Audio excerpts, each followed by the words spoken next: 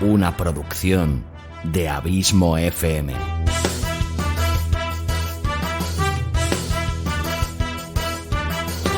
¿Quieres disfrutar de tu tiempo libre escuchando grandes historias, audiolibros y relatos? Un podcast literalmente literario.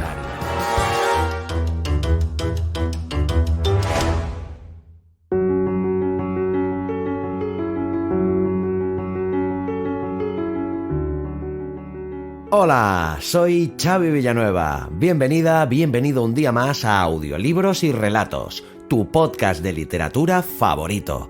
O eso espero.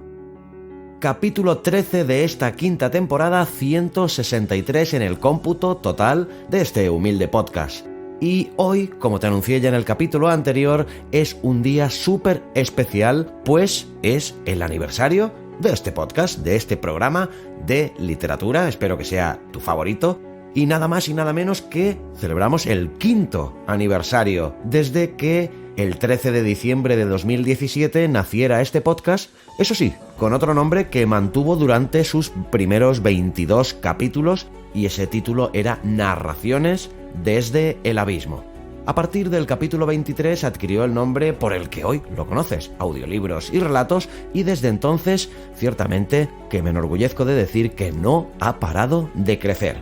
Llevo ya publicados más de 160 capítulos, más de 2 millones de descargas totales, 44.000 seguidores en Spotify, 3.500 en iVoox y aproximadamente unos 4.000 seguidores en YouTube.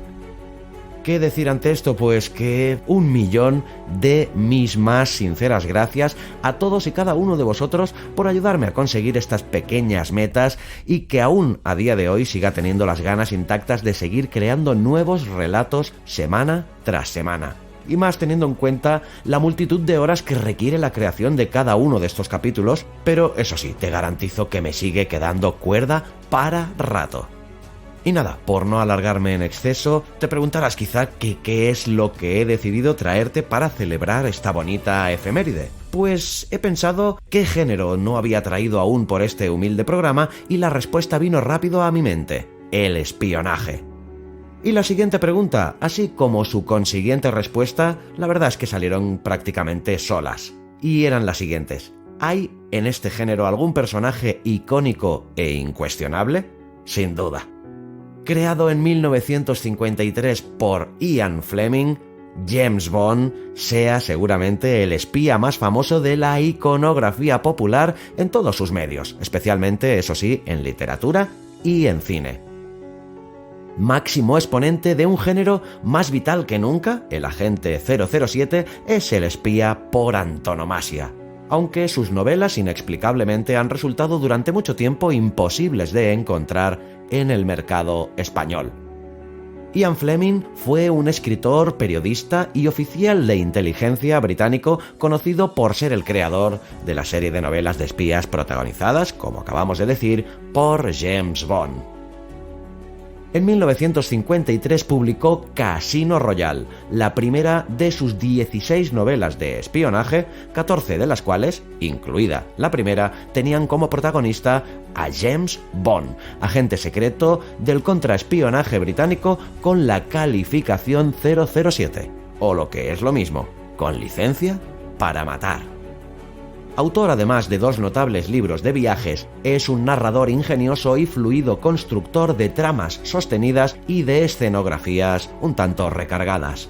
Su prosa, rica sobre todo en un vocabulario muy visual, procede por acumulación de detalles sugestivos que sirven para hacer avanzar la coreografía escénica y está desdramatizada de forma constante por salidas de tono de un carácter satírico, aunque edulcorado. El relato que hoy te traigo se titula Panorama para matar.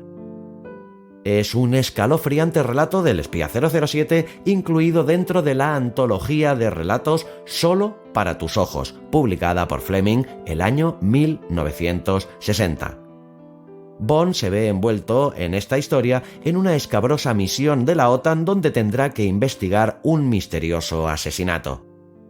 El año 1985 se hizo la versión cinematográfica con Roger Moore protagonizando por última vez al icónico espía del servicio secreto británico. Por cierto, la historia de la película es totalmente original. No tiene nada que ver con el relato que estás a punto de escuchar. Aunque he optado por dejar la imagen del cartel de la película para ilustrar este capítulo y hacerlo así un poquito más llamativo.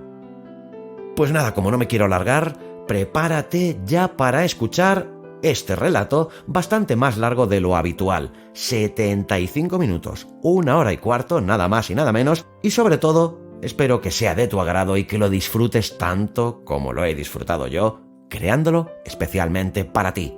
Gracias como siempre por tu fidelidad, tu constante apoyo y por hacerme sentir tan feliz sabiendo que este podcast te gusta, te acompaña y te sirve de entretenimiento.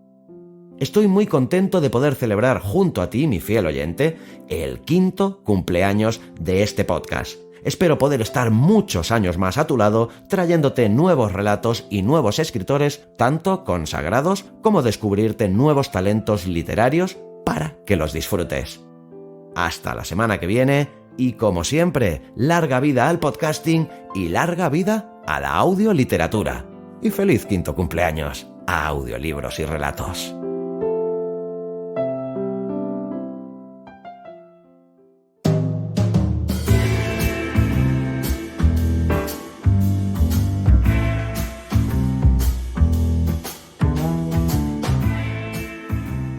...007... Panorama para matar, de Ian Fleming.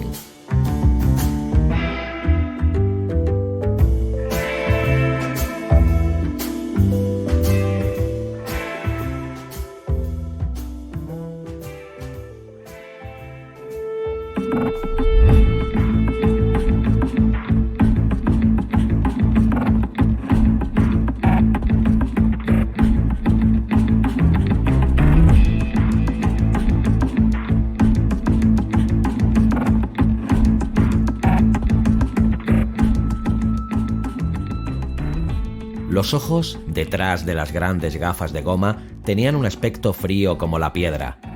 Eran lo único silencioso del conjunto de carne y metal que se precipitaba a 100 km por hora en el rugiente y veloz estrépito de una BSA M20. Protegidos por el cristal de las gafas, miraban fijamente hacia adelante justo por encima del centro del manillar, y su oscuro e inquebrantable objetivo eran las bocas de la pistola. Por debajo de las gafas, el viento le daba en el rostro a través de la boca y torcía sus labios, formando una rotunda mueca que dejaba ver unos dientes enormes y sepulcrales, y unas encías blanquecinas. A ambos lados de la mueca, las mejillas, presionadas por el viento, formaban bolsas que aleteaban ligeramente. A derecha e izquierda del rostro, debajo del casco protector, los guantes negros que sujetaban los mandos parecían las garras agresoras de un enorme animal.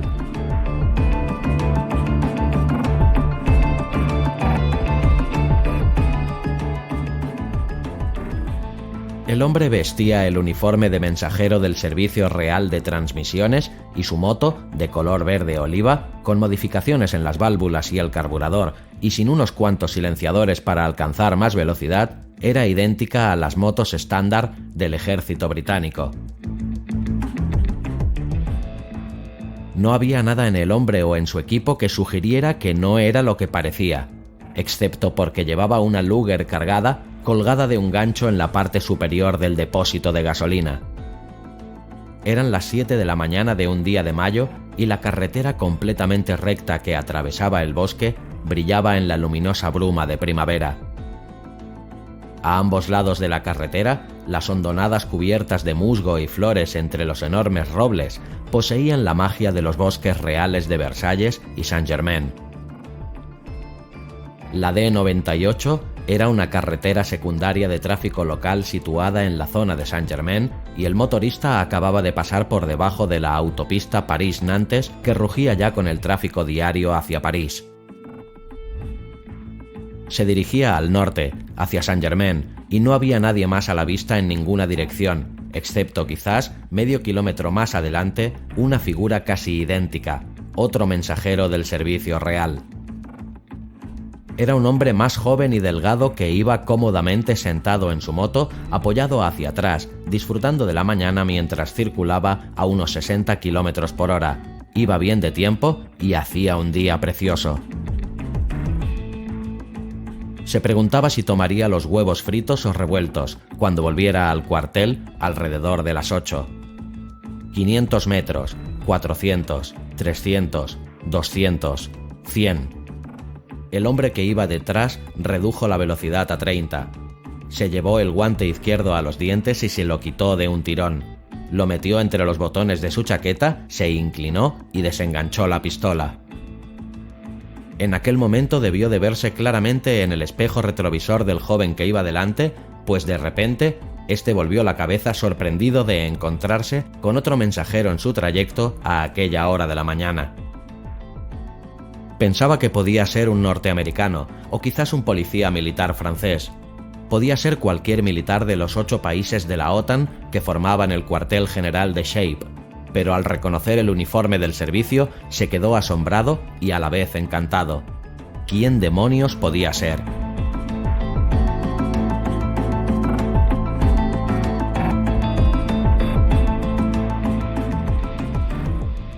Levantó el pulgar alegremente en señal de reconocimiento y redujo su velocidad a 50 kilómetros, esperando que el otro hombre se le acercara. Con un ojo en la carretera y el otro en la silueta que se aproximaba por el retrovisor, repasó mentalmente los nombres de los motoristas británicos destinados en la unidad especial del Servicio de Transportes de la Jefatura del Cuartel General. Albert, Sid, Wally. Puede que sea Wally, tiene la misma complexión fuerte. Cielos, era capaz de tomar el pelo a aquella chica de la cantina, Louise, Elise, Liz o algo así.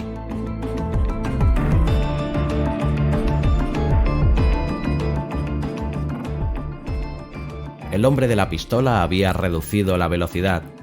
Ahora estaba a una distancia de 50 metros. Su rostro, sin el efecto del viento, mostraba unas facciones achatadas y duras, quizás eslavas.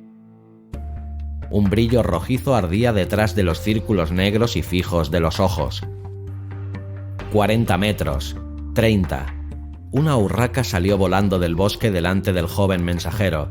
Saltó torpemente a través de la carretera, metiéndose en unos arbustos detrás de una señal de Michelin, que indicaba que Saint-Germain estaba a 1 kilómetro de distancia. H1 joven sonrió abiertamente y levantó un dedo de forma irónica como saludo y autoprotección. Una urraca está triste, se dijo. 20 metros detrás de él, el hombre de la pistola quitó las 2 manos del manillar, levantó la Luger, la apoyó despacio sobre su antebrazo izquierdo y disparó un tiro.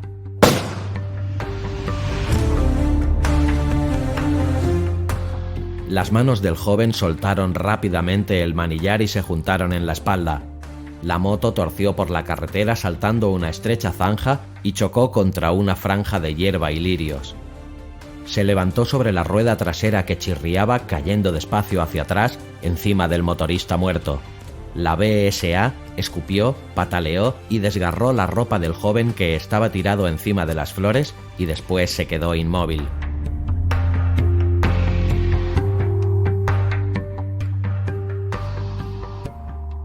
El asesino efectuó un viraje cerrado y se paró con la moto en dirección otra vez hacia el camino por el que había llegado. Bajó el caballete y se acercó caminando entre las flores silvestres por debajo de los árboles. Se arrodilló junto al muerto y bruscamente le levantó un párpado. Con la misma brusquedad, arrancó el maletín de cuero negro del cadáver y abrió los botones de la chaqueta, cogiendo una gastada cartera de piel. Le arrancó tan fuerte el barato reloj de pulsera que llevaba que la correa elástica de metal se partió en 2. Se quedó de pie y se colgó el maletín al hombro. Mientras guardaba la cartera y el reloj en el bolsillo de la chaqueta, se quedó escuchando. Solo se oían los sonidos del bosque y el lento tintineo del metal caliente de la BSA destrozada. El asesino volvió sobre sus pasos por la carretera. Caminaba despacio, arrastrando las hojas sobre las marcas de los neumáticos en la tierra blanda y el musgo. Le costó pasar las profundas grietas de la zanja y el borde de la hierba, y después se quedó de pie junto a su motocicleta mirando hacia atrás, hacia la franja de lirios. No había estado mal. Probablemente solo lo encontrarían los perros de la policía, y como tenían que recorrer 15 kilómetros por carretera, tardarían horas, quizás días, el tiempo suficiente.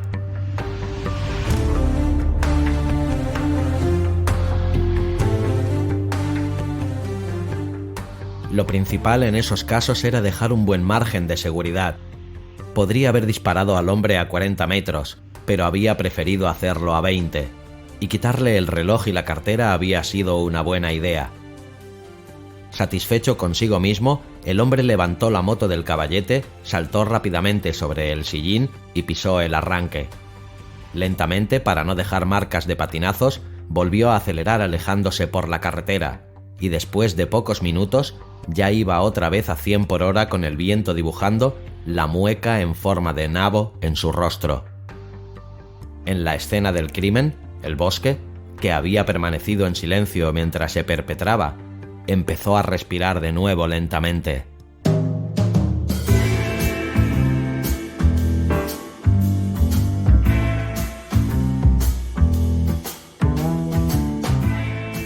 James Bond había tomado la primera copa de la noche en Fouquet's. No era una auténtica copa. No se puede beber en serio en los cafés franceses. Una terraza al sol, en la calle, no es lugar para tomar un vodka, un whisky o una ginebra. Un Finaló está bien, pero se sube a la cabeza y no sabe muy bien. Un botellín champán o un champagne a l'orange va bien para antes de comer, pero por la noche después de un botellín viene otro botellín y una botella de un champán cualquiera es un mal comienzo para la noche. El Pernod está bien, pero hay que beberlo en compañía, y de todas formas a Bond nunca le había gustado porque su sabor a regaliz le recordaba a su infancia. No, en los cafés hay que beber las bebidas menos agresivas de toda la gama de posibilidades. Y Bond siempre tomaba lo mismo, un americano, bitter Campari, cinzano, con una gran rodaja de limón y soda. Siempre pedía soda Perrier, porque en su opinión, la soda cara era la manera más barata de realzar una mala bebida.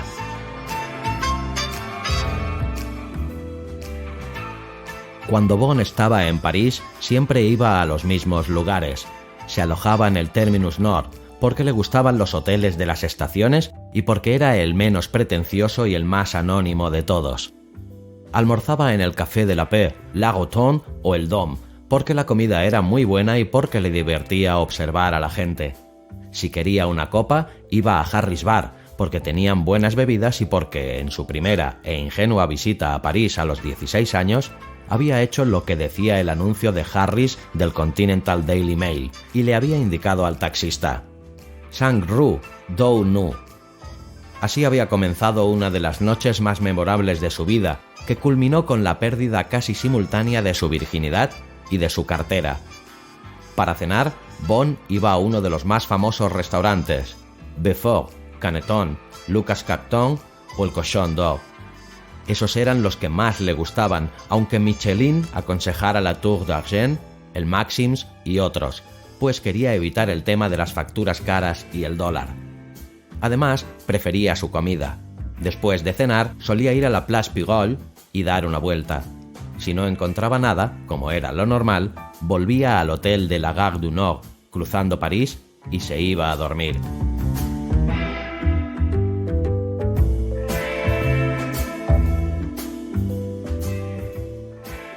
Esta noche Bond había decidido sacar la agenda y pasarlo en grande. Estaba de paso en París después de un deprimente fracaso en la misión que le asignaron en la frontera austrohúngara. Tenía que sacar a un ciudadano húngaro. Bond había salido de Londres especialmente para dirigir la operación, por encima del jefe de la base de V. Esto no cayó bien en la base de Viena. Hubo algunos malentendidos, aunque involuntarios. El hombre murió en los campos de minas de la frontera. Habría una investigación. Bond debía regresar a su cuartel general de Londres al día siguiente para elaborar un informe, y al pensarlo se deprimía. Hoy había hecho un día espléndido, uno de esos días en los que uno casi cree que París es hermoso y alegre, y Bond había decidido darle a la ciudad una oportunidad más. Buscaría a una chica de verdad y la llevaría a cenar a algún lugar de mentirijillas del Bois, como el Armenonville. Para borrar el tema del dinero de su mirada, le daría enseguida 50.000 francos y le diría: «Te voy a llamar Donatien, o quizás Solange, porque esos nombres van bien con mi humor esta noche. Ya nos conocíamos y tú me habías prestado ese dinero porque me encontraba en un apuro. Aquí está, y ahora nos contaremos lo que hemos hecho desde la última vez que nos vimos en Saint-Tropez, hace un año. Mientras tanto, aquí tienes el menú y la carta de vinos. Debes elegir lo que más le apetezca y lo que más engorde».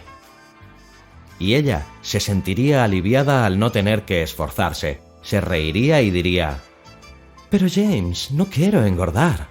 Y allí estarían, en el mito de París en primavera, y Bond se mantendría sobrio y se interesaría por ella y por todo lo que le diría. Y al final de la noche, no sería culpa suya si se traslucía que realmente no había sido como el viejo cuento de hadas, divertirse en París.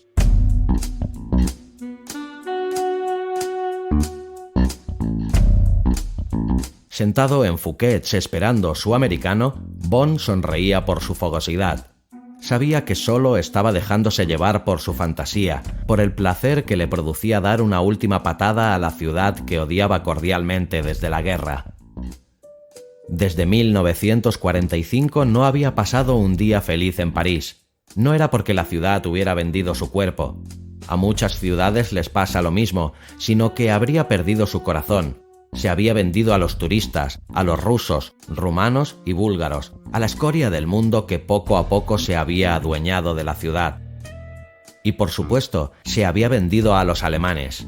Se podía adivinar en la mirada de la gente, resentida, envidiosa, avergonzada. ¿La arquitectura? Bond contemplaba a través de la acera las hileras de coches negros que el sol apenas lograba hacer brillar.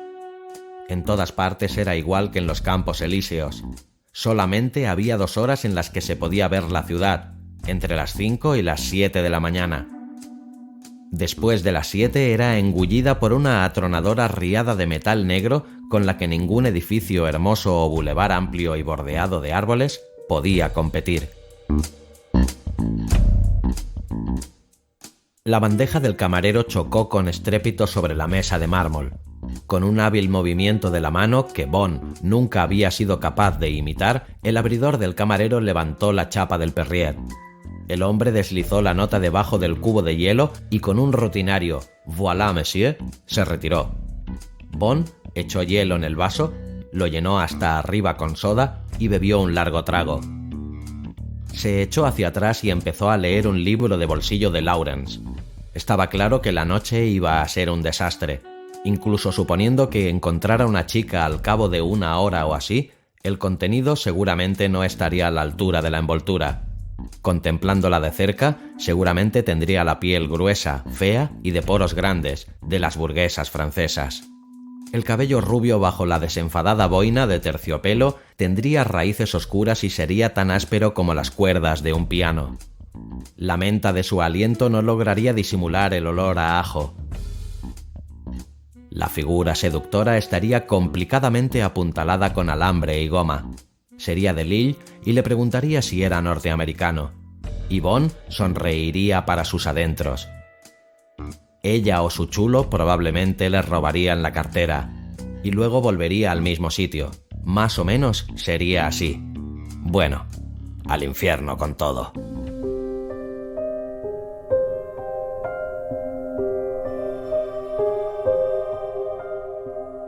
Un viejo Peugeot 403 negro salió del interior de la riada de Tralleo, atravesó la fila interior de coches y se paró junto al bordillo, con el consabido chirriar de frenos, bocinazos y gritos. Sin inmutarse, una joven salió del coche y, dejando atrás el tráfico, caminó decididamente hacia la acera. Bond se levantó. Tenía todo, absolutamente todo lo que había imaginado. Era alta y aunque ocultaba su figura dentro de una ligera gabardina, su manera de moverse y de andar sugerían que era preciosa. Su rostro tenía la misma alegría y provocación de su modo de conducir, pero en ese momento se traslucía su impaciencia en los labios apretados y en la mirada preocupada mientras se abría paso en diagonal a través de la masa de gente que caminaba por la acera. Bond la contemplaba minuciosamente mientras llegaba al borde de las mesas y se acercaba al pasillo. Evidentemente no tenía nada que perder. Iba a encontrarse con alguien, su amante. Era la clase de mujer que siempre pertenece a otro. Llegaba tarde, por eso tenía tanta prisa. ¡Qué mala suerte! Aquel cabello rubio y largo bajo la boina. Y le miraba a él. Le sonreía.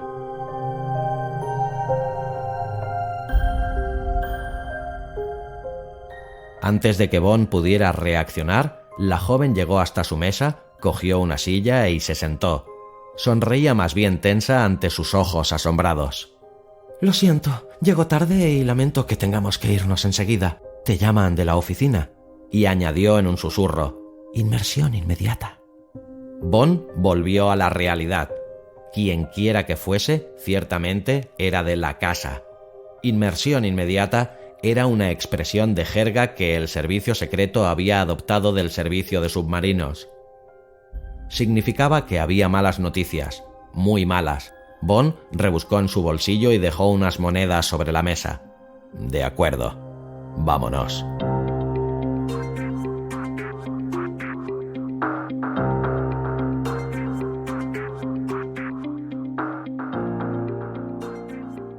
Se levantó y la siguió a través de las mesas hasta su coche, que todavía obstruía el carril interior del tráfico. En cualquier momento podía llegar un policía. La gente los miraba con indignación mientras subían. La chica había dejado el motor en marcha, metió la segunda y arrancó. Bond la miraba de reojo. Su piel pálida tenía el aspecto del terciopelo. Su cabello rubio era sedoso hasta las raíces. «¿De dónde vienes?», preguntó. «¿Qué es lo que ocurre?». Concentrándose en el tráfico, ella le contestó: «De la base, soy Mary Ann Russell, asistente de segunda categoría, número 765 de servicio. No tengo ni idea de qué se trata, solo he visto la señal del CG personal de M al jefe de la base, urgencia absoluta y todo eso. Tenía que encontrarte enseguida y, si era necesario, utilizar al de Chaumier como ayuda. El jefe de F dijo que siempre ibas a los mismos lugares cuando estabas en París y nos dieron una lista a otra chica y a mí». Sonrió.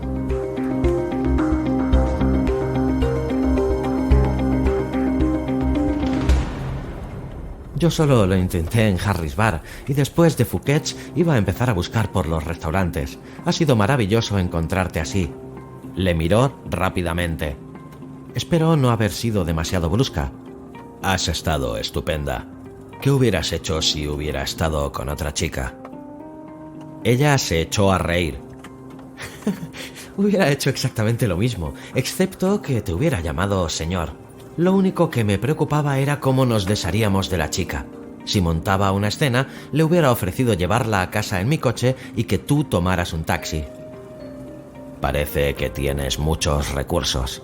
¿Cuánto tiempo llevas en el servicio?». 5 años. Esta es la primera vez que trabajo en una base». «¿Y qué te parece?». «Me gusta el trabajo. Las noches y los días libres son un poco aburridos. No es fácil hacer amigos en París sin...». Su boca hizo un gesto irónico. «Sin todo lo demás, quiero decir». Y se apresuró a añadir: «No es que sea una estrecha, pero los franceses hacen que todo sea una lata. He tenido que dejar de coger el metro y el autobús. Sea cual sea la hora del día, acabas con el trasero amoratado». Aparte de todo ese rollo y de no saber qué decir a los hombres, algunos de los pellizcos realmente duelen. Es el colmo. Por eso me he comprado este coche barato, para moverme por ahí, y así los demás coches se apartan de mi camino. Mientras no coincidas con la mirada de los otros conductores, puedes competir incluso con los peores. Tienen miedo de que no los veas, y también del aspecto viejo del coche, y procuran evitarte. Llegaron al Rond Point. Para confirmarle su teoría, dio la vuelta y se dirigió en línea recta hacia la illa de coches que venía de la Place de la Concorde. Milagrosamente, la fila se abrió y los dejaron pasar hacia la avenida Matignon. Fantástico, pero no te acostumbres, puede haber por ahí alguna Mary Ann francesa. Ella rió, giró hacia la avenida Gabriel y se detuvo junto al cuartel general del Servicio Secreto de París. Solo hago esta maniobra cuando estoy de servicio. Bond salió del coche y dio la vuelta hasta el otro lado. Bueno, gracias por ir a buscarme. Cuando todo este lío haya pasado, ¿podríamos quedar? A mí no me pellizcan, pero estoy igual de aburrido que tú en París.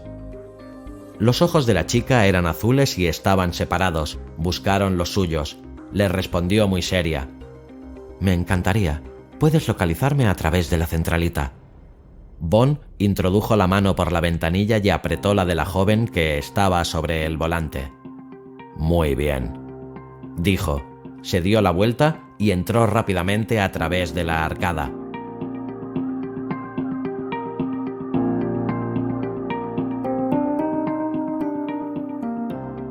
El coronel Rattray, jefe de la base de F, era un hombre grueso, con las mejillas sonrosadas y el cabello rubio peinado hacia atrás. Iba vestido con refinamiento, camisa de puños vueltos, chaqueta con 2 aberturas, pajarita y un elegante chaleco.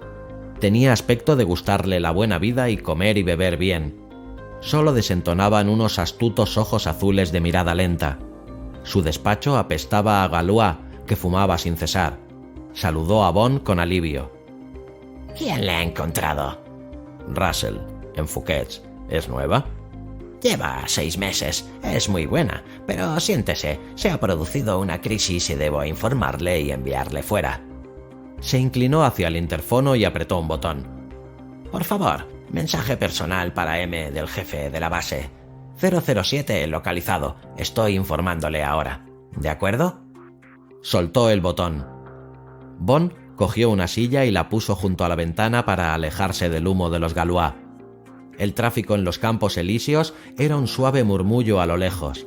Media hora antes estaba harto de París y hubiera estado encantado de irse. Ahora confiaba en poder quedarse. El jefe de F dijo: Alguien interceptó ayer a nuestro mensajero de la mañana, que salió de la Shape en dirección a la base de Saint-Germain. Llevaba el informe semanal de la División de Inteligencia de Shape con los resúmenes, los documentos del Servicio Conjunto de Inteligencia, la orden de batalla del Telón de Acero, en fin, toda la información secreta. Un tiro en la espalda. Le han robado el maletín, la cartera y el reloj. ¡Qué fastidio!, dijo Bond. ¿No podría ser un vulgar atraco? ¿O creen que la cartera y el reloj son un pretexto? Los de seguridad de Shape no lo saben seguro, pero creen que es un pretexto. Las 7 de la mañana es una hora muy rara para cometer un atraco, pero quizás no esté de acuerdo con ellos cuando vaya allí. M le envía como su representante personal. Está terriblemente preocupado. Aparte de la pérdida de la moto de inteligencia, a su personal de I no le agradaba tener una de nuestras bases fuera de la reserva, por decir algo. Durante años han intentado incorporar la unidad de Saint-Germain a la organización de inteligencia de Shape, pero usted ya sabe que el viejo zorro de M es muy independiente. Nunca ha estado muy satisfecho de la seguridad de la OTAN, porque en la división de inteligencia de Shape no solo hay un par de franceses e italianos, sino que el jefe de su sección de contraespionaje y seguridad es un alemán. Bond soltó un silbido. El problema está en que este condenado negocio es todo lo que Shape necesita para seguir de cerca a M. De todas formas dice que vaya allí enseguida. Le he conseguido una autorización, ya tengo los pases. Tiene que presentarse al coronel Schreiber, jefatura del cuartel general, división de seguridad. Es norteamericano, un tipo eficiente. Ha estado llevando el tema desde el principio. En lo que a mí respecta, ha hecho todo lo que había que hacer. ¿Qué es lo que ha hecho? ¿Qué es lo que ha pasado realmente? El jefe de F cogió un mapa de su mesa y se levantó. Era un mapa Michelin a gran escala de las cercanías de París. Señaló con un lápiz. Aquí está Versalles y aquí, Justo al norte del parque está el enlace de la autopista París-Nantes con la de Versalles. Unos 200 metros al norte, en la NI 84, está Shape. Todos los miércoles a las 7 de la mañana, un mensajero de los servicios especiales sale de Shape con los informes semanales de inteligencia de los que le he hablado. Tiene que llegar hasta este pueblecito llamado Fourcault, justo en las afueras de Saint-Germain, entregar el material al oficial de guardia de nuestro cuartel general y presentarse de vuelta en Shape a las 7:30. Por motivos de seguridad, en vez de pasar por esta zona de edificios, tiene órdenes de tomar la N307 que va a Saint-Nom, girar a la derecha hacia la D98 que pasa por debajo de la autopista y atravesar el bosque de Saint-Germain. Es un recorrido de unos 12 kilómetros y circulando despacio puede hacer el trayecto en menos de un cuarto de hora. Pues bien, ayer fue un cabo del servicio de transmisiones, un hombre fuerte llamado Bates, y al no presentarse de vuelta a Shape a las 8 menos cuarto, enviaron a otro mensajero a buscarlo. No había rastro alguno y no se presentó en nuestro cuartel general. A las 8:15, la división de seguridad estaba sobre aviso y a las 9 se iniciaron los bloqueos de carretera, se informó a la policía y al Dochamier y se enviaron equipos de búsqueda. Los perros lo encontraron, pero eso no fue hasta las 6 de la tarde y para entonces, si había habido alguna huella en la carretera, ya la había borrado el tráfico.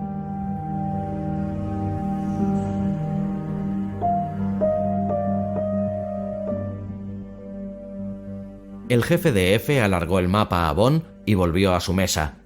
Y esto es todo, concluyó. Excepto que se han dado ya todos los pasos habituales, fronteras, puertos, aeródromos y demás. Pero eso no servirá de nada, ha sido obra de un profesional. Quien quiera que lo haya hecho podría sacar el material del país a mediodía o entregarlo en una embajada en París al cabo de una hora. Exacto, exclamó Bond con impaciencia.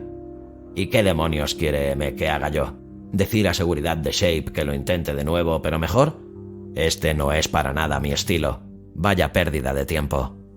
El jefe de F sonrió comprensivamente. Por supuesto, le dije lo mismo a M sobre lo de la moto, contacto. El viejo estuvo bastante razonable. Dijo que quería que Shape viera que tomaba en serio el asunto. Usted estaba disponible y más o menos por la zona y dijo que tenía el tipo de mente que podría captar el factor invisible. Le pregunté qué quería decir y me contestó que en todos los cuarteles generales estrechamente vigilados hay un hombre invisible, un hombre cuya presencia todos aceptan y que simplemente pasa desapercibido. El jardinero, el limpiacristales, el cartero. Le repliqué que Shape había pensado en eso y que todos esos trabajos los realizaban soldados de reemplazo. M me dijo que no fuera tan prosaico y colgó. Bond se echó a reír. Se imaginaba el gesto de M y podía oír su brusca voz. De acuerdo, veré lo que puedo hacer. ¿A quién tengo que presentarme a la vuelta? Aquí. M no quiere que la unidad de Saint-Germain se vea implicada. Cualquier cosa que tenga usted que decir la enviaré directamente a Londres, pero quizás no esté disponible cuando llame.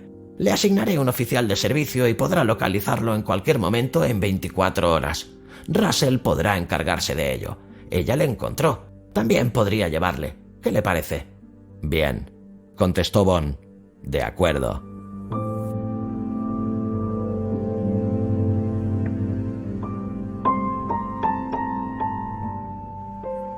El viejo Peugeot requisado por Rattray conservaba el olor de Mary Ann. Había trazas de ella en la guantera, medio paquete de chocolatinas Suchard, un paquete con pasadores, una novela de John O'Hara, un guante de ante. Bond pensó en ella hasta la plaza de l'Étoile y después apartó su imagen y condujo el coche velozmente a través del Bois.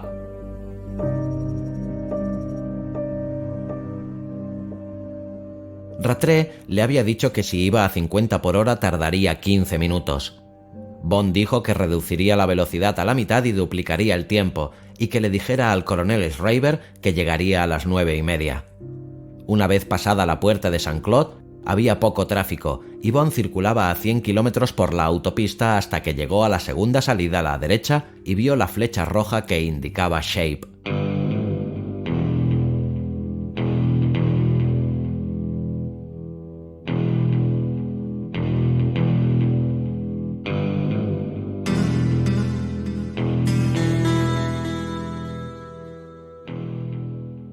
Bond subió la cuesta y llegó a la NI 84.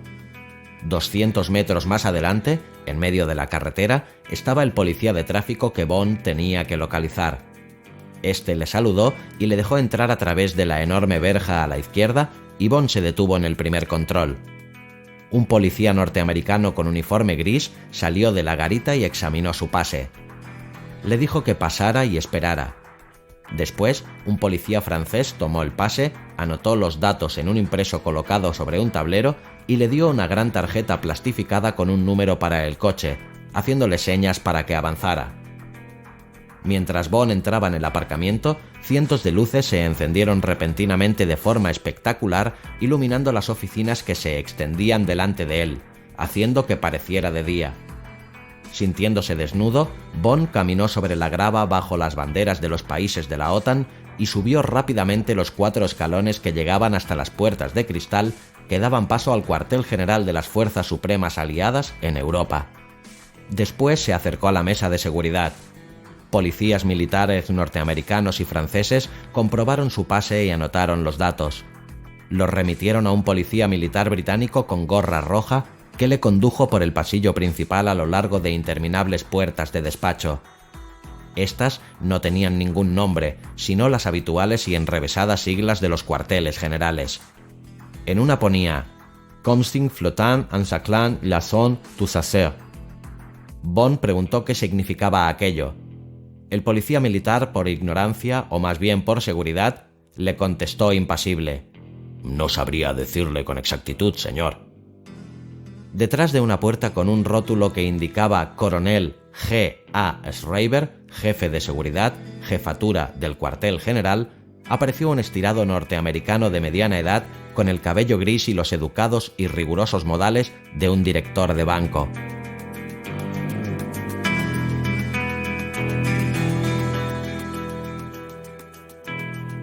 Sobre la mesa había varias fotografías de familia en marcos de plata y un jarrón con una rosa blanca. La habitación no olía a tabaco ni a humo. Después de unas palabras preliminares cautivadoramente amistosas, Bond felicitó al coronel por su sistema de seguridad. Todos esos controles y dobles controles no se lo ponen fácil a sus enemigos. ¿Ha perdido alguna vez algo o ha hallado indicios de un intento serio de golpe de Estado? No a ambas preguntas, comandante. Estoy muy orgulloso del cuartel general. Únicamente me preocupan las unidades externas. Aparte de esta sección de su servicio secreto, tenemos varias unidades destacadas. Y luego, evidentemente, están las sedes de los ministerios de 14 estados diferentes. No puedo responder de lo que puede filtrarse de esos organismos. No debe ser un trabajo fácil, exclamó Bond. Bien. En cuanto al tema que nos ocupa, ¿ha ocurrido algo desde que el coronel Rattray habló con usted por última vez? Encontraron la bala, una Luger. Le hirió en la médula espinal. Probablemente le dispararon a unos 30 metros, 10 arriba, 10 abajo. Suponiendo que nuestro hombre fuera en línea recta, tuvieron que disparar la bala desde atrás, siguiendo una trayectoria horizontal. Puesto que no pudo ser un hombre de pie en la carretera, el asesino tenía que estar en movimiento o bien en algún vehículo. De modo que su hombre podría haberle visto por el espejo retrovisor. Probablemente. Si sus motoristas se dan cuenta de que alguien los sigue, ¿tienen instrucciones para llevar a cabo una operación evasiva? El coronel sonrió ligeramente. Claro, tienen órdenes de salir zumbando. ¿Y a qué velocidad chocó su hombre? A poca, creen, entre 30 y 60 kilómetros. ¿Dónde quiere ir a parar, comandante?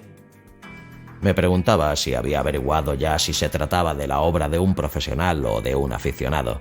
Si su hombre no intentó escapar, y suponiendo que viera al asesino en su espejo retrovisor, lo cual creo que solo es una posibilidad, eso significaría que pensó que el hombre que tenía detrás era un amigo más que un enemigo. Eso implicaría que llevaba algún tipo de disfraz que lo hacía parecer de la organización, algo que a su hombre no le chocaría incluso a esa hora de la mañana. El coronel Schreiber frunció ligeramente el cejo. «Comandante».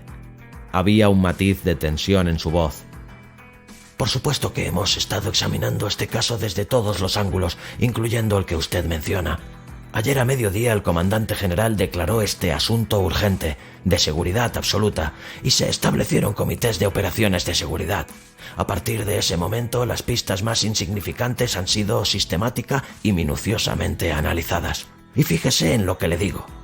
El coronel levantó una mano de cuidadas uñas y la bajó con un suave movimiento de énfasis sobre la carpeta de su mesa. Cualquiera que venga con una idea original, incluso remota, sobre este caso, tendría que estar directamente emparentado con Einstein. No hay nada, repito, nada más que hacer en este asunto. Bond sonrió comprensivamente y se levantó. En ese caso, coronel, no le haré perder más tiempo esta noche. Si pudiera disponer de unos minutos para mantener varias entrevistas y poder ponerme al día, y si alguno de sus hombres pudiera acompañarme al comedor y a mi habitación. Claro. El coronel pulsó un timbre. Un joven con el cabello cortado al rape entró. Asistente, acompañe al comandante a su habitación, en el ala VIP, y luego enséñele dónde están el bar y el comedor. Se volvió hacia Bond. Tendré esos papeles listos en cuanto haya comido y bebido alguna cosa. Estarán en mi despacho. No pueden salir de aquí, naturalmente, pero estarán a su disposición en el despacho de al lado y el asistente le proporcionará todo lo que necesite. Le tendió la mano. ¿De acuerdo? Nos volveremos a ver por la mañana.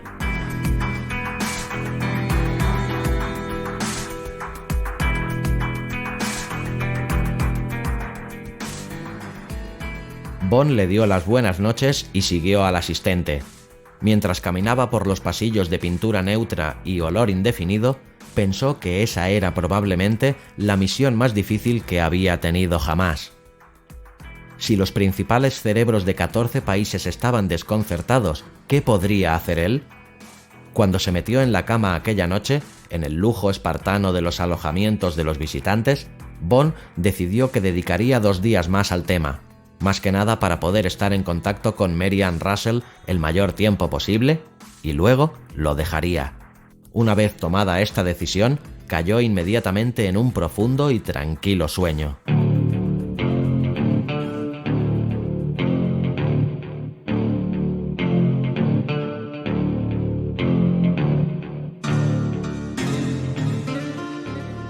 No 2, sino 4 días más tarde, mientras amanecía sobre el bosque de Saint-Germain, James Bond se encontraba tendido sobre una gruesa rama de roble, vigilando un pequeño y solitario claro que había al fondo, entre los árboles que bordeaban la D98, la carretera donde se había producido el crimen.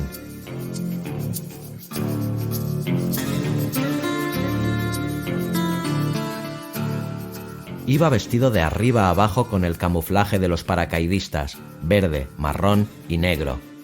Incluso llevaba las manos pintadas y una capucha en la cabeza con aberturas para los ojos y la boca.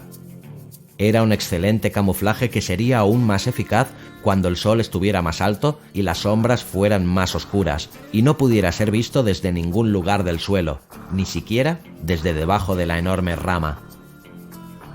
Todo había transcurrido de la siguiente forma. Como ya suponía, los 2 primeros días en Shape habían sido una pérdida de tiempo. Bond no había logrado nada, aparte de hacerse ligeramente antipático con la insistencia de sus preguntas sobre dobles controles. En la mañana del tercer día, cuando estaba a punto de irse y de despedirse, recibió una llamada telefónica del coronel. Comandante, pensé que debía informarle de que la última jauría de perros policía volvió tarde ayer noche, siguiendo sus indicaciones de que sería conveniente explorar todo el bosque. Lo siento. Por el tono de su voz, se notaba que no lo sentía. Pero sin resultados, sin ningún resultado. Oh, lamento la pérdida de tiempo. Sin querer molestar al coronel, Bond preguntó: ¿Le importa si hablo con el encargado de los perros? No, en absoluto. Todo lo que quiera. Y a propósito, comandante, ¿cuánto tiempo va a quedarse? Estamos encantados de tenerle con nosotros, pero se trata de su habitación. Al parecer, dentro de unos días va a venir un grupo de Holanda, gente de alto nivel, por supuesto, y me dicen de administración que están un poco escasos de alojamiento. Bond no esperaba llevarse bien con el coronel Schreiber y no lo había logrado. Le replicó amistosamente: «Veré lo que opina mi jefe y le volveré a llamar, coronel». Sí, por favor, hágalo. La voz del coronel era también educada, pero ambos estaban olvidando sus modales y colgaron el teléfono al mismo tiempo. El encargado de los perros era un francés de las Landas. Tenía la mirada tímida y rápida de los cazadores. Bond se encontró con él en las perreras, pero la proximidad del encargado afectaba a los alsacianos y para alejarse del alboroto, este llevó a Bond a la oficina, una pequeña habitación con prismáticos colgando de ganchos, impermeables, botas de agua, correas de perros y otros objetos en las paredes. Había un par de sillas de madera y una mesa cubierta por un mapa a gran escala del bosque de Saint-Germain marcado con cuadrículas a lápiz. El encargado hizo un movimiento sobre el mapa. Nuestros perros lo han inspeccionado, señor. No hemos encontrado nada. ¿Quiere decir que no lo habían explorado antes? El hombre se rascó la cabeza. Hemos tenido problemas con los animales, señor. Había varias liebres y también un par de madrigueras de zorro. Nos ha llevado mucho tiempo alejarlos de un claro cerca del cruce real. Probablemente todavía puedan oler a los gitanos. Bond solo parecía ligeramente interesado. A ver, ¿qué gitanos son esos? El encargado señaló cuidadosamente con un dedo mugriento. Estos son los nombres de antes. Aquí está la estrella perfecta y aquí, donde tuvo lugar el crimen, está el cruce de los curiosos. Y aquí en la base del triángulo el cruce real. Añadió en tono dramático. Se cruza con la carretera de la muerte. Sacó un lápiz del bolsillo y dibujó un punto sobre los cruces.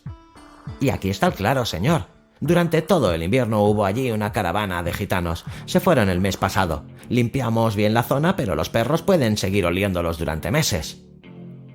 Bond le dio las gracias y después de contemplar y alabar a los perros y charlar un poco sobre su oficio, se introdujo en el Peugeot y se dirigió hacia la gendarmería de Saint-Germain. Sí, claro, conocían a los gitanos. Eran auténticos gitanos. No hablaban una palabra de francés, pero se comportaban correctamente. No había habido ninguna queja. Eran 6 hombres y 2 mujeres. No, nadie los había visto irse. Una mañana desaparecieron. Quizás se habían ido hacía una semana. Habían elegido un lugar aislado. Bond tomó la D98 que pasaba a través del bosque. Cuando apareció el gran puente de la autopista, 400 metros más adelante, aceleró y apagó el motor, deslizándose cuesta abajo en silencio hasta llegar al cruce real. Paró el coche y salió sin hacer ruido, y sintiéndose algo insensato, se adentró silenciosamente en el bosque, caminando con precaución hacia el lugar donde pensaba que tenía que estar el claro. Después de andar 20 metros a través de los árboles, llegó al lugar. Permaneció de pie junto a la franja de arbustos y lo inspeccionó minuciosamente. Después se internó y lo recorrió de un extremo al otro. El claro tenía el tamaño de 2 pistas de tenis y estaba alfombrado con gruesa hierba y musgo. Había una amplia zona llena de lirios y debajo de los árboles que lo delimitaban, unas cuantas campanillas. En un lado había un pequeño montículo, quizás un túmulo completamente rodeado y cubierto de zarzas y brezos en flor. Bond lo rodeó y buscó por las raíces, pero no encontró nada, excepto la tierra tosca del montículo. Echó un último vistazo por las proximidades y después se dirigió hacia el rincón del claro más cercano a la carretera. Se podía llegar con facilidad a través de los árboles. ¿Había huellas de un camino o un ligero aplastamiento de las hojas? No más de lo que hubieran dejado los gitanos o los excursionistas del año pasado. Al borde de la carretera había un estrecho sendero entre 2 árboles. Por casualidad, Bond se inclinó para examinar los troncos. Se le agarrotaron los músculos y se puso en cuclillas. Con cuidado, levantó con la uña un trocito de fango seco. Este ocultaba un profundo arañazo en el tronco del árbol. Cogió los restos de fango con la otra mano. Después escupió y humedeció el fango y volvió a rellenar cuidadosamente la grieta.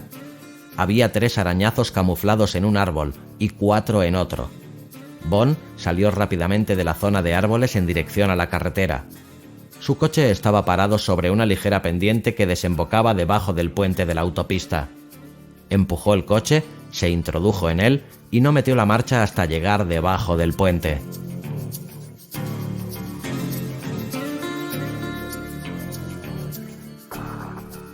Bond estaba otra vez en el claro, encima de este, y todavía no sabía si su corazonada era cierta. Había sido la frase de M lo que le había puesto sobre la pista, si es que era una pista, y lo de los gitanos. Lo que habían olido los perros eran los gitanos. La mayor parte del invierno se fueron el mes pasado, ninguna queja, una mañana desaparecieron. El factor invisible, el hombre invisible. Personas que forman parte del decorado hasta tal punto que no se sabe si están ahí o no. 6 hombres y 2 chicas que no hablaban una palabra de francés. Buena excusa. Gitanos. Podían ser extranjeros y también no serlo. Solo eran gitanos. Algunos de ellos se habían ido en la caravana, pero se habían quedado otros y habían construido un escondite para el invierno, un lugar secreto en el que la captura de los despachos de alto secreto había sido su primera operación. Bond pensó que había estado alimentando fantasías hasta que encontró los arañazos cuidadosamente camuflados en los 2 árboles. Estaban justo en el lugar en el que alguien que fuera en una motocicleta podría arañar la corteza con los pedales. Todo esto podían ser castillos en el aire, aunque Bond creía que tenía sentido. La única pregunta que se hacía era si aquella gente había dado un golpe aislado o si confiaban tanto en su seguridad que podrían intentarlo de nuevo. Confió solo en la base de F e hizo caso de lo que le había dicho Mary Ann Russell, que tuviera cuidado.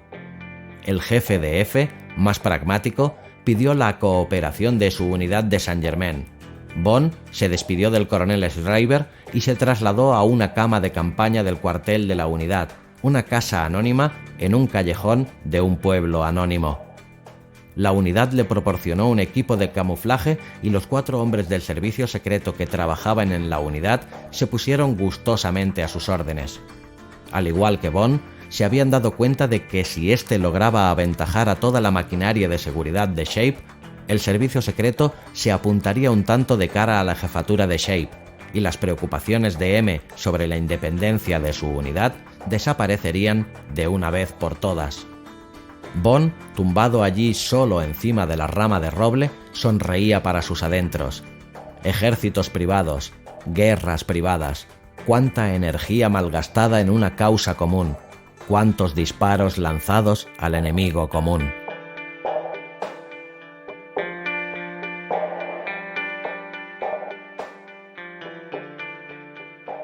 Las 6:30, hora de desayunar. Bond hurgó con la mano derecha en su ropa y después se la llevó a la boca. Intentó que la pastilla de glucosa le durase el mayor tiempo posible y después chupó otra. Sus ojos no dejaban de mirar al claro del bosque.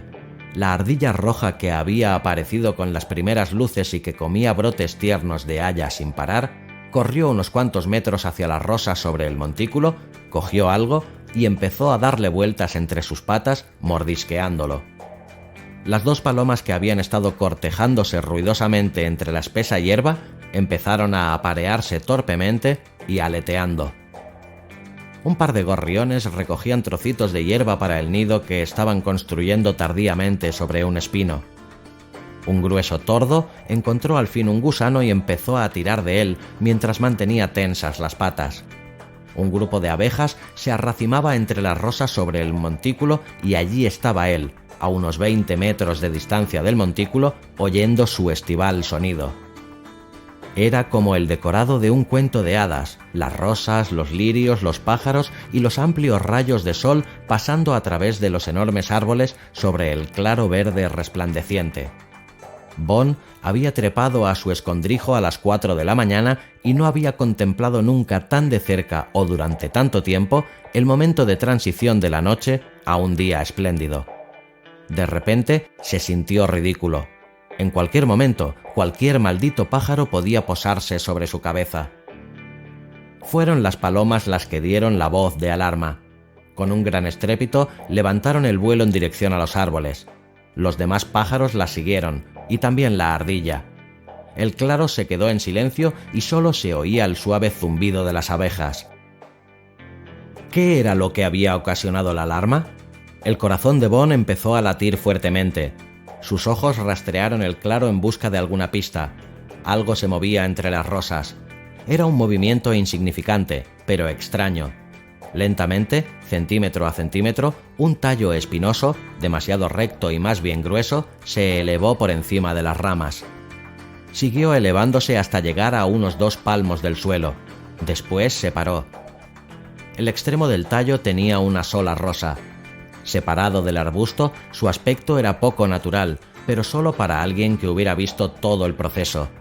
A primera vista solo parecía un tallo aislado. De repente, los pétalos de la rosa giraron y se abrieron silenciosamente, mientras que los pistilos amarillos se separaban y un objetivo del tamaño de una moneda brillaba al sol.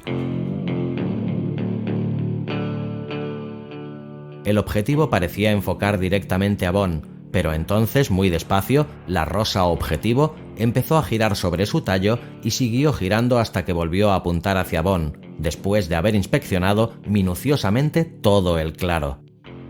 Como si estuvieran satisfechos, los pétalos giraron lentamente tapando el objetivo y muy despacio la rosa volvió a descender hasta colocarse a la altura de las demás. Bond respiró con fuerza. Durante un instante cerró los ojos para descansar. Gitanos. Si esa pieza de maquinaria era una muestra, posiblemente, enterrado dentro del montículo, se escondía el equipo de espionaje más profesional jamás imaginado, mucho más sofisticado que el que Inglaterra había diseñado para operar tras la invasión de Alemania, o que el que los propios alemanes habían dejado en las Ardenas. Un escalofrío de emoción, casi de temor, recorrió la espina dorsal de Bond. O sea que tenía razón. ¿Pero qué iba a ocurrir después?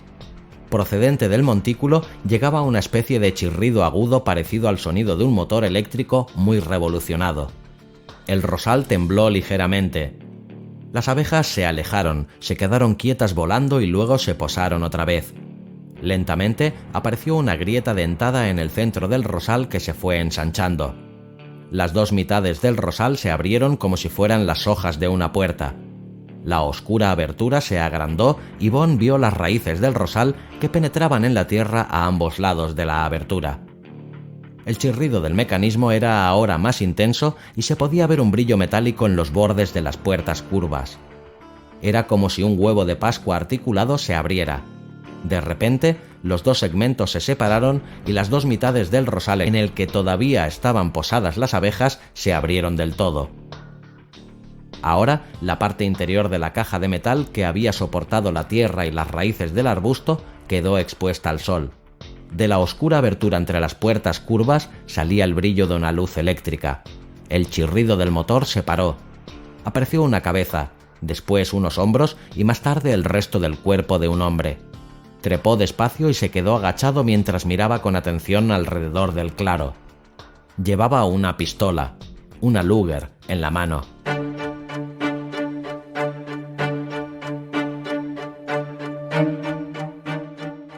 Satisfecho, se volvió e hizo un movimiento hacia el interior del pozo. La cabeza y los hombros de un segundo hombre aparecieron. Llevaba en la mano 3 pares de lo que parecían ser raquetas para la nieve y desapareció de la vista. El primer hombre eligió un par, se arrodilló y se las colocó debajo de las botas. Ahora se movía con más libertad, sin dejar huellas, pues la hierba se aplastaba ligeramente debajo de la ancha tela metálica y después volvía a levantarse. Bond sonrió. ¡Qué ingeniosos!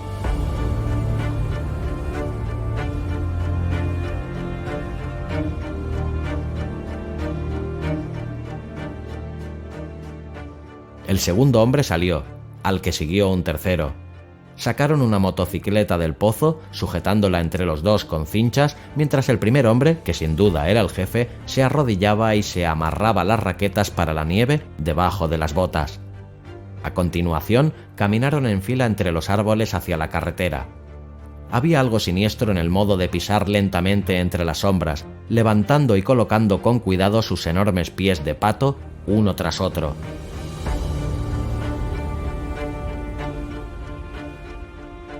Bond dejó escapar un largo suspiro al mismo tiempo que apoyaba suavemente su cabeza contra la rama para relajar la tensión de los músculos del cuello. De manera que era eso. Ahora se explicaba hasta el último detalle. Los dos subordinados llevaban monos grises, mientras que el jefe vestía el uniforme del Servicio Real de Transmisiones y su motocicleta era una BSA M20 verde oliva con la matrícula del ejército británico en el depósito de gasolina. No era de extrañar que el motorista mensajero de Shape le hubiera dejado acercarse. ¿Qué había hecho el grupo con su botín de alto secreto? Probablemente enviar un mensaje por radio por la noche informando de todo el meollo. Posiblemente, en lugar del periscopio, había salido del arbusto un tallo de rosa y el generador de pedal había penetrado profundamente en la tierra y había emitido las claves de alta velocidad. ¿Claves? Debía de haber muy buenos secretos del enemigo allí abajo en el pozo. Si Bond pudiera reunir el equipo una vez fuera del escondite. Y qué oportunidad para enviar falsa información al GRU, el Departamento de Inteligencia Militar soviético que presumiblemente lo controlaba. A Bond se le ocurrieron miles de ideas. Los dos subordinados volvieron, se metieron en el pozo y el arbusto de rosas se cerró sobre ellos. El jefe con su moto estaría entre los arbustos al borde de la carretera. Bond miró su reloj, las 6:55. Claro. Estaba esperando que se aproximara otro mensajero, o no sabía que el hombre que había matado hacía un trayecto semanal, lo cual parecía poco probable, o suponía que Shape cambiaría sus costumbres para mayor seguridad. Eran personas cuidadosas. Probablemente tenían órdenes de hacer una limpieza a fondo antes de que llegara el verano y hubiera demasiados excursionistas en el bosque. Entonces retirarían el equipo y lo volverían a colocar en invierno. ¿Quién podría adivinar cuáles eran sus planes a largo plazo? Lo que era evidente era que el jefe se estaba preparando para cometer otro crimen.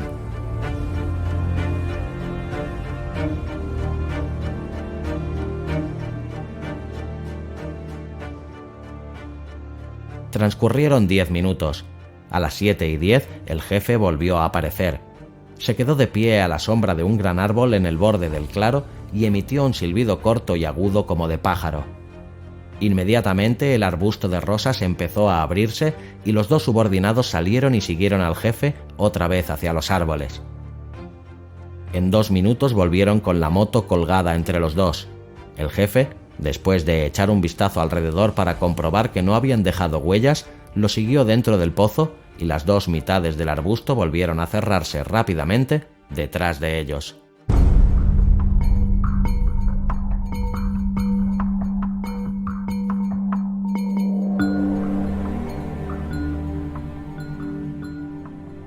Media hora después, la vida volvía a latir de nuevo en el claro, y 1 hora más tarde, cuando el sol estaba ya alto y las sombras eran más oscuras, James Bond se echó hacia atrás silenciosamente sobre la rama y dejándose caer suavemente encima de un trozo de musgo que había detrás de unas zarzas, se adentró en el bosque.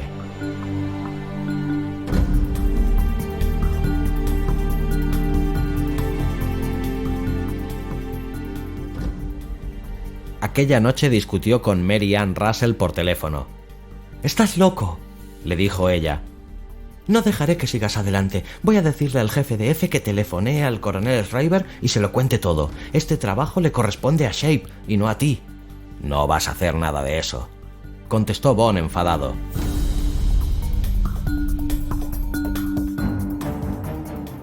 «El coronel Schreiber está encantado de que sustituya al mensajero de servicio y que haga el trayecto mañana por la mañana. Es todo lo que necesita saber en este momento, una especie de reconstrucción del crimen. No le importa en absoluto. Prácticamente ya ha archivado el caso. Ahora sé buena chica y haz lo que te digo. Envía mi informe a M. Él entenderá que tengo que aclarar este asunto. No se opondrá». «Maldito sea M, maldito seas tú y maldito sea el estúpido servicio». Su voz dejaba traslucir lágrimas de rabia. «Eres como un niño jugando a los pieles rojas. Ocuparte de eso tú solo. Lo haces para alardear. Eso, para alardear». Bond estaba empezando a enfadarse. «Ya está bien, Mary Ann. Escribe ese informe. Lo siento, pero es una orden». «Muy bien». Su voz mostraba resignación. «No tienes que demostrar que eres mi superior, pero ten cuidado. Como mínimo, los chicos de la base local recogerán tus pedazos. Buena suerte». «Gracias, Mary Ann». ¿Quieres cenar conmigo mañana por la noche? Iremos a algún lugar como el Armenonville. Champán rosado y violines cíngaros. París en primavera. Sí, le contestó. Me encantaría, pero ten muchísimo cuidado, ¿de acuerdo? No te preocupes, lo tendré. Buenas noches. Buenas noches. Bond se pasó el resto de la noche perfeccionando su plan y dando las últimas instrucciones a los 4 hombres de la base.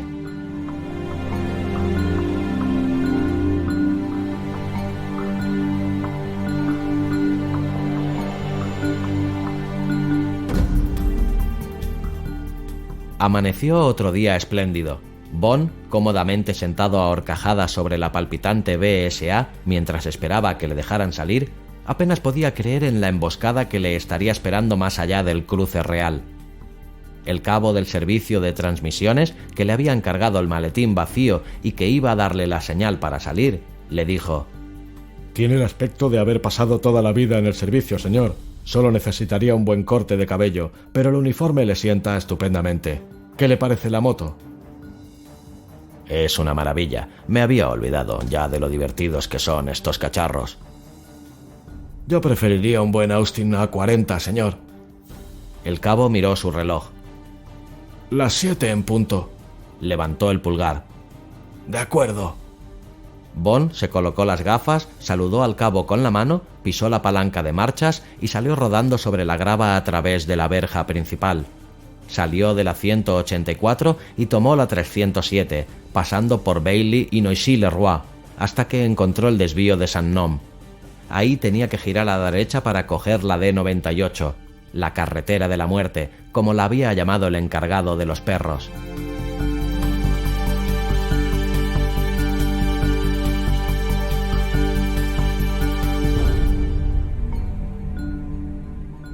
Bond se metió en el arcén de hierba y miró una vez más el Colt 45 de cañón largo.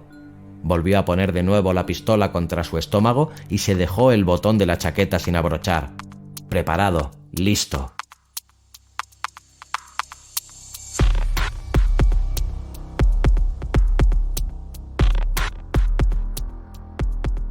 Bond dobló la curva cerrada y se puso a 50 por hora. Delante de él apareció el viaducto que llevaba a la autopista de París. La oscura boca del túnel debajo de este se abrió y se lo tragó.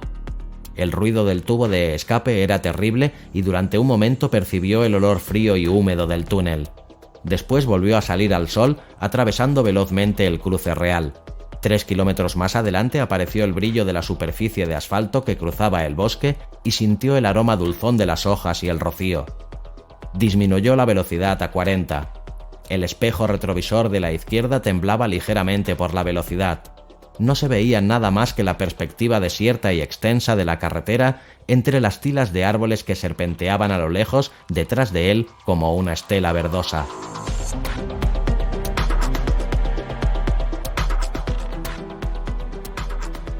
No había señal alguna del asesino. ¿Se habría asustado? ¿Habría habido algún problema? Pero en ese mismo instante, una diminuta mota negra apareció en el centro del espejo convexo. Un mosquito que se convirtió en una mosca, después en una abeja y por último en un escarabajo. Y ahora era un casco inclinado sobre un manillar entre 2 enormes garras negras. Cielos, venía rápido. Los ojos de Bond iban del espejo a la carretera y de la carretera al espejo. De repente, la mano derecha del asesino cogió la pistola.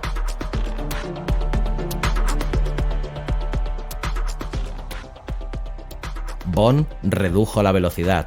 35, 30, 20... Delante, el asfalto era liso como el metal. Echó un último vistazo al espejo. El hombre había levantado la mano derecha del manillar. El sol que daba en las gafas del motorista iluminaba unos enormes ojos encendidos debajo del borde del casco. Ahora. Bond frenó violentamente y después de hacer patinar la BSA en un ángulo de 45 grados, apagó el motor. No fue lo suficientemente rápido en sacar la pistola. El arma del asesino disparó 2 veces y una bala alcanzó los muelles del sillín detrás del muslo de Bond. Pero entonces el Colt dijo la última palabra y el asesino y su BSA, como si hubieran sido cogidos a lazo desde el interior del bosque, giraron atropelladamente fuera de la carretera, saltaron una zanja y se estrellaron contra el tronco de un haya.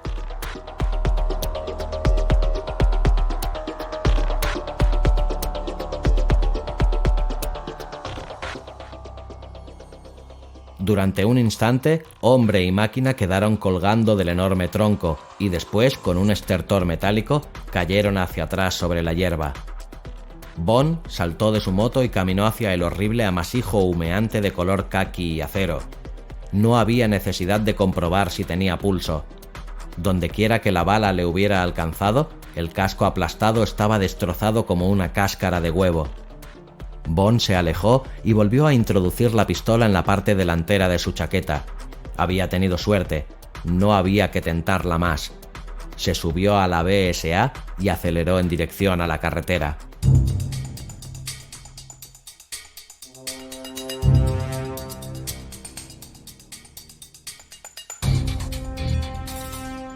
Apoyó la BSA contra uno de los árboles marcados del interior del bosque y caminó despacio por el borde del claro.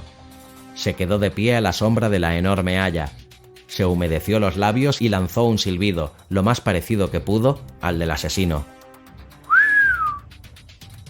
Esperó un rato. ¿Se había equivocado de silbido?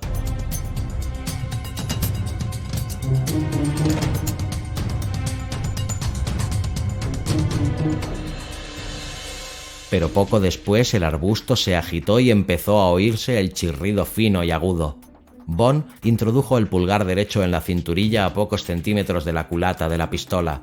Esperaba no tener que volver a matar a nadie. Seguramente los dos subordinados no iban armados. Con un poco de suerte, saldrían despacio.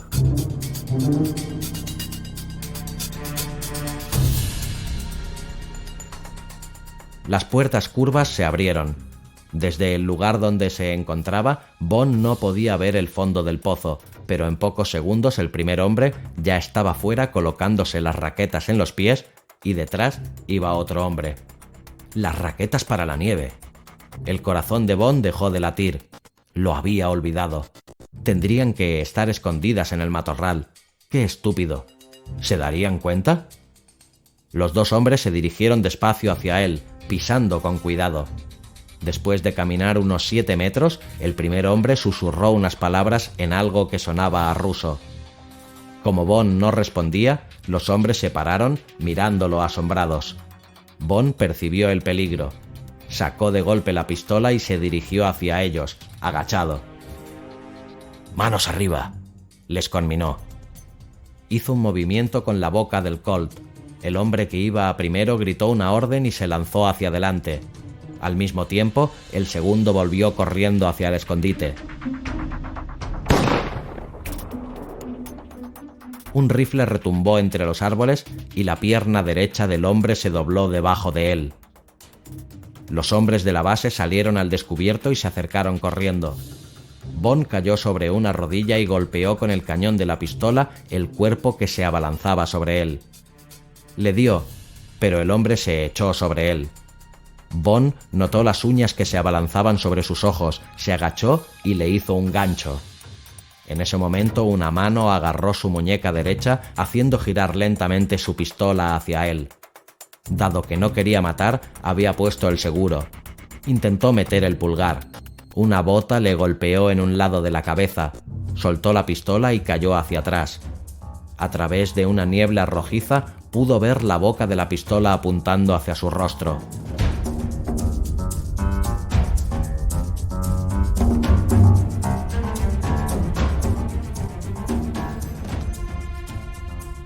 El pensamiento de que iba a morir cruzó rápidamente por su mente. Morir por haber mostrado piedad. De repente, la boca de la pistola desapareció y pudo sentir el peso del hombre encima de él. Bond se puso de rodillas y después se levantó. El cuerpo, con los miembros extendidos sobre la hierba junto a él, dio un último estertor. Había rasgaduras ensangrentadas en la parte de atrás del mono. Bond miró alrededor. Los 4 hombres de la base formaban un grupo. Bond desabrochó la correa de su casco y se frotó la parte lateral de la cabeza. «Gracias», dijo. «¿Quién ha sido?» Nadie respondió. Los hombres parecían confundidos. Bond caminó hacia ellos, intrigado. «¿Qué es lo que ocurre?» De repente, Bond percibió un leve movimiento detrás de ellos. Pudo ver una pierna de mujer. Bond rió a carcajadas. Los hombres sonrieron tímidamente y miraron detrás de ellos.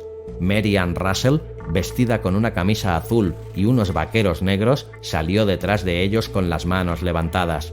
En una de las manos llevaba una escopeta del 22 con teleobjetivo.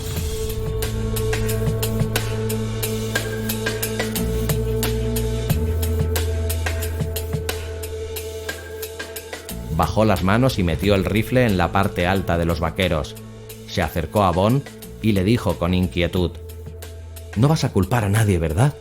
No quería que se fueran sin mí esta mañana», suplicó con sus ojos.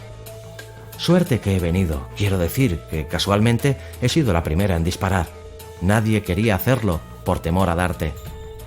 Bond le sonrió y le dijo: «Si no llegas a venir, hubiera tenido que cancelar la cita para la cena». Y volviéndose hacia los hombres, exclamó en tono serio: «Muy bien. Uno de vosotros que coja la moto e informe de todo esto al coronel Schreiber.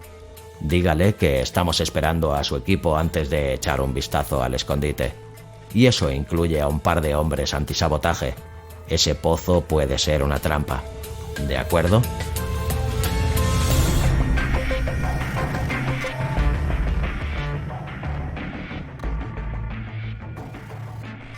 Bond cogió a la chica por el brazo y le dijo: «Ven aquí. Quiero enseñarte el nido de un pájaro». «¿Es una orden?». «Sí,